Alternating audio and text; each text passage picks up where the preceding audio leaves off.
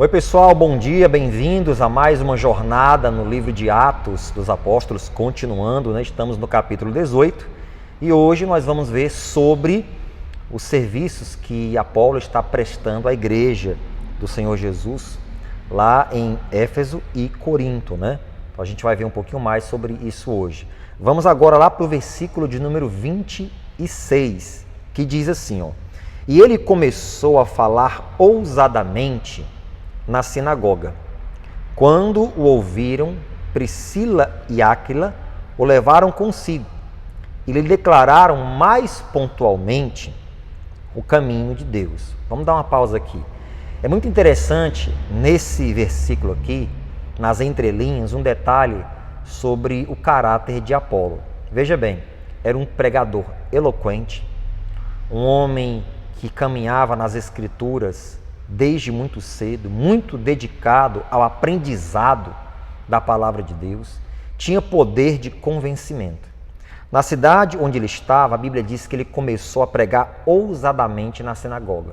E quem ouviu a sua pregação? Aqueles dois que eram amigos de Paulo, Priscila e Áquila.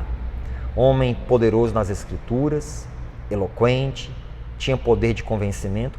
Mas como ele conhecia apenas o batismo de João, Priscila e Áquila perceberam que aquele pregador eloquente, homem muito capacitado, tinha algumas lacunas a respeito de Cristo. Ele não conhecia muito sobre o Senhor Jesus Cristo. Então o que foi que Priscila e Áquila fizeram? Chamaram a Apolo e falaram, declararam mais pontualmente sobre o caminho de Deus. Ou seja, eles sentaram com Apolo.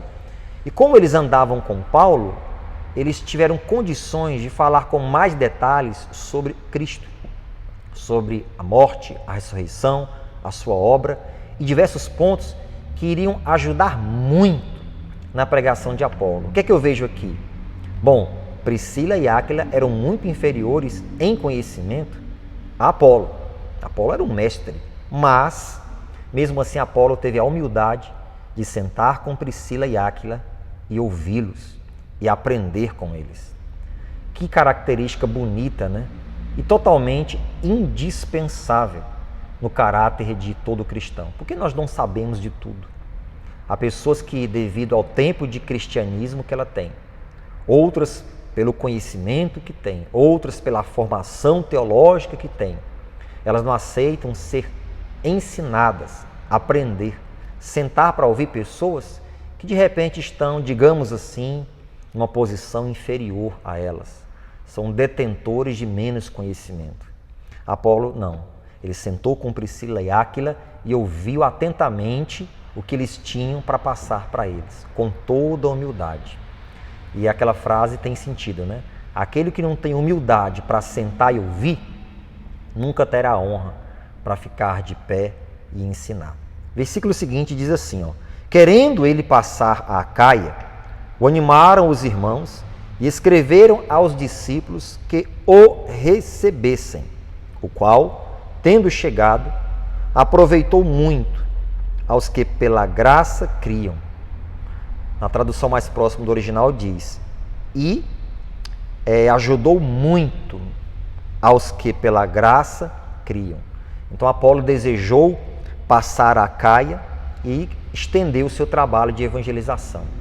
Ele já tinha caído nas graças dos irmãos, Priscila e Áquila, que escreveu aos irmãos da outra igreja que recebessem ele com alegria. E assim eles o fizeram. E aí Apolo estendeu mais ainda a amplitude do seu trabalho no reino de Deus. Quando a gente tem humildade para servir a Deus, Deus nos coloca no coração das pessoas certas, para que portas sejam abertas, para que bênçãos sejam manifestas em nossas vidas. E versículo de número 28 diz assim, ó: Porque com grande veemência convencia publicamente os judeus, mostrando pelas Escrituras que Jesus era o Cristo. Então fez efeito, né, na vida de Apolo aquilo que ele recebeu de Priscila e Áquila. Ele, com muita veemência, convencia publicamente quem? Judeus.